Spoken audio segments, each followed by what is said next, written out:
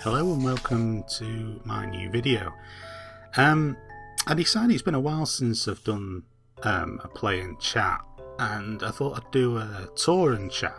I downloaded Minecraft last Thursday, and already it's accounted for an incredible number of hours of my life. I can see me playing this game. Well, God knows how many hours I'm going to end up putting into this, but there you go.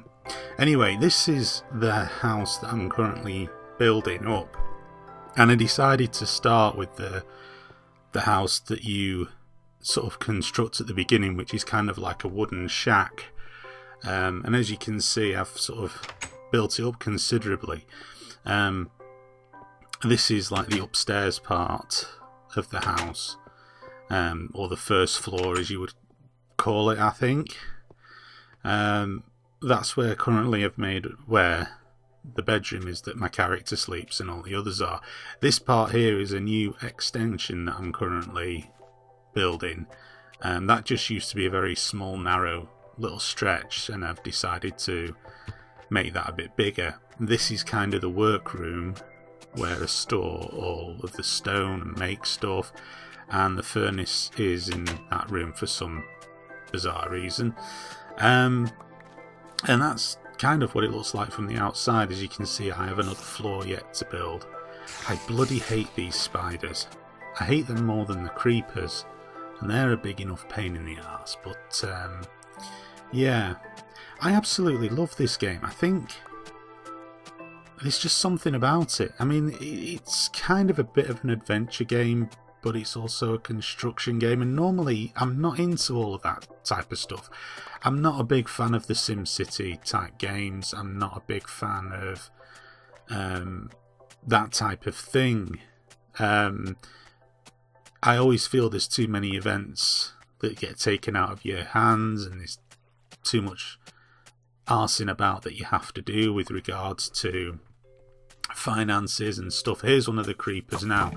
The best way is to get yourself a bow and arrow early on and take care of them bastards, because if you get too close, they explode, and that's particularly infuriating when you're near your own nicely built house and they explode and take half a wall down with them. Yeah, as you can see there, the third floor's under construction. It just needs a roof putting on it. We have a sheep in space, and going through this archway, this is the village. Now, for people who've already got the game, this is like, I say, this is sort of based inside of the tutorial type level. But I'd already started to build the house, and I thought I was sod it. I've already plundered this village for a few items as well, to save me having to mess about making them. I think there's some sort of castle and a bigger mine over there. But I have built my own mine, which I'll now go back to and show you in due course. At first, I sort of had heard of Minecraft, obviously, when it was on the PC, and it had caused quite the stir, so I was half interested, but like I say, I just thought it was just going to be a simple construction type game, building buildings, you know, like a Lego simulator or something like that. And so I was kind of surprised when there was kind of a bit more to it than that. This is the old entrance to the mine. It used to be just an outdoor entrance only, and I've sort of done this rather over elaborate cover on it, and some weird sort of monument. I think that was supposed to be a middle finger, but it kind of went a bit wrong. Yeah. Yeah, I used to get a pain in the arse going to and from the mine at night when you'd get attacked by zombies and creepers and giant spiders and stuff. So I decided, in the best honour of the Great Escape, I'd built myself a tunnel to the mine. And this is it. So I can access it from the safety of inside my house. And here is... that's the building you saw outside before that was built over there. There's the sort of thing where I can see what time of day it is. And now you're sort of going down and down and down into the mine. And I've dug all of this out. As I say, I've spent far too many hours on this. This is sort of a work in progress chamber that I've got going, as you can see, because it's not illuminated at all in here. I'm still working on that. Just throw up a few torches to light it up. So there's a few things in here that I can go after, which I'll be mining into when I've finished with the other sections. You're basically mining for stuff like coal, iron ore, some red thing that you can use to conduct like electricity, and blue stuff, and gold. Did I say gold? Gold, flint, the usual stuff. But yeah, you've got to be careful when you go in these mines, because monsters will appear in here, and they can appear in here any time of the day.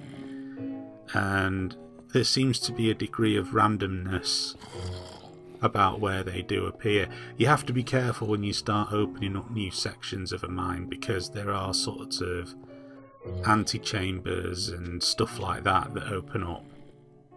And there's one now. There's a zombie down there. I'm nailing with my arrows and stuff.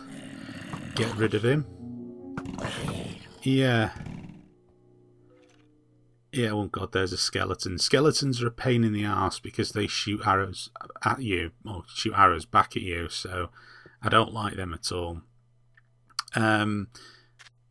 So the other thing as well that I need to get sorted out, as this mine's getting quite big, I need to get some signs made, because it can be very easy to lose your way, like I did here. The rather sad thing is I am actually quite familiar with the layout of the mine, although you wouldn't believe it from here. I just made a wrong turn before.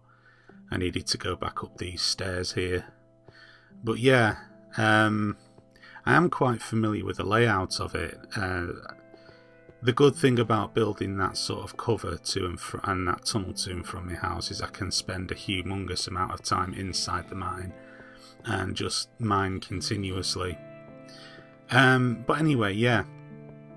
What I wanted to chat about as well is it's just sort of the goings on at the moment with the likes of Microsoft. They, in the past couple of 3 weeks, have shut down Inside Xbox in the US and in Europe.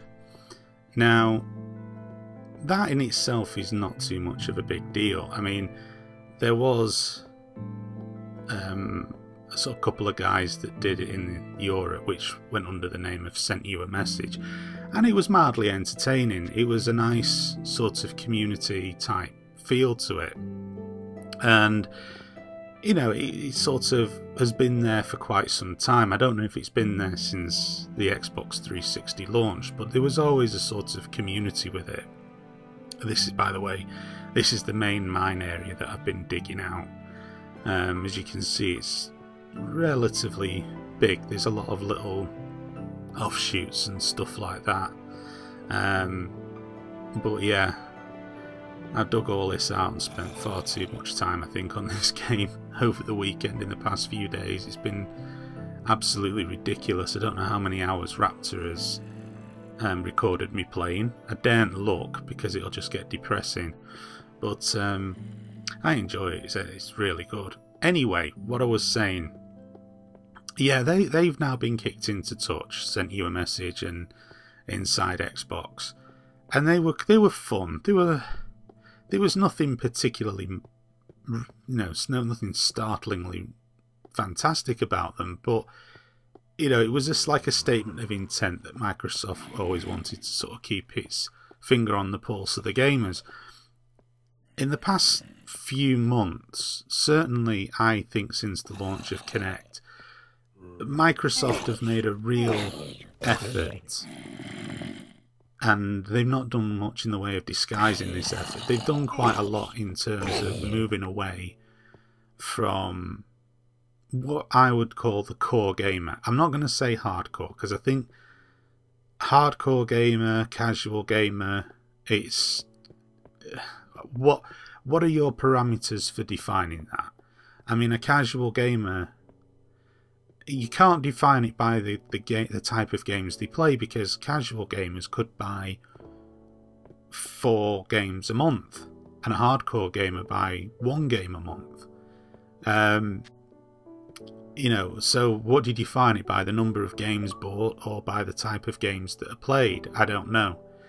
But it seems Microsoft anyway are kind of moving away from the core gamer, shall I say, and they're the people that basically made the Xbox what it was, certainly the Xbox 360, because when the 360 was launched it had quite a number of technical issues with it, namely the red rings of death. Now, the core gamers essentially stood by the console. They said, well, you know, in spite of these technical issues, we like what it does, we like what Microsoft are doing with it, and we're going to stick by it. Now, it's almost as if Microsoft are saying, well, you guys don't matter anymore. You've served your purpose. You've put the 360 on the map, and now you can sod off, because we want to get the Kinect crowd involved, and we're not particularly bothered about involving you guys anymore. And that really does sadden me, to be honest with you, because the 360 is a fantastic console, there's no two ways about it. Certainly it's been my preferred console of choice for gaming, by and large due to the more evolved and more comprehensive online capabilities of the console, in terms of, you know, playing games online like Battlefield 3 and so on and so forth, and having, you know, a controller which in my opinion is a little more suited to that. But by the same token, if Microsoft are going to start sticking the finger up at the core gamers and saying we're not really bothered anymore, and we're going to start stripping out stuff out of the console in favour of putting more adverts and more third-party content designed to attract the non-core gamer, shall I say, then I'm not really going to be that particularly interested in investing in Microsoft's next-gen console. I'm not anyway, to be perfectly honest with you, because I'm not really a fan of where the games industry is going at the moment. I think it's eating itself alive with its overzealous greed. I think there's too much greed. I think there's too few software publishers destroying the industry by being exceptionally greedy, and I include Electronic Arts and their latest nonsense with regards to removing non-rental servers from Battlefield 3, which I just think is a ridiculous idea, and I think it's a bad joke. So yeah, if Microsoft are going to go down this path, well then they can count me out of the next generation. I'll stick with the 360 because I like it, but I won't be investing in the next Xbox unless they can put stuff out there for the core gamers. Because when all's said and done, when all the singing and dancing and what have you with all of the Kinect has been done, it's the core gamers that Microsoft are going to want to make the console work, because we do spend the ridiculous amounts of money and persevere with all of the crap that the non-core gamer, I really do want to keep saying casual gamer, but the non-core gamer just simply wouldn't put up with it. So yeah, that's a bit of a sort of mini rant, and also a tour of the area that I've been doing in Minecraft, the house that I've built, in the process of building, and also the absolute colossal mine. So thank you for watching.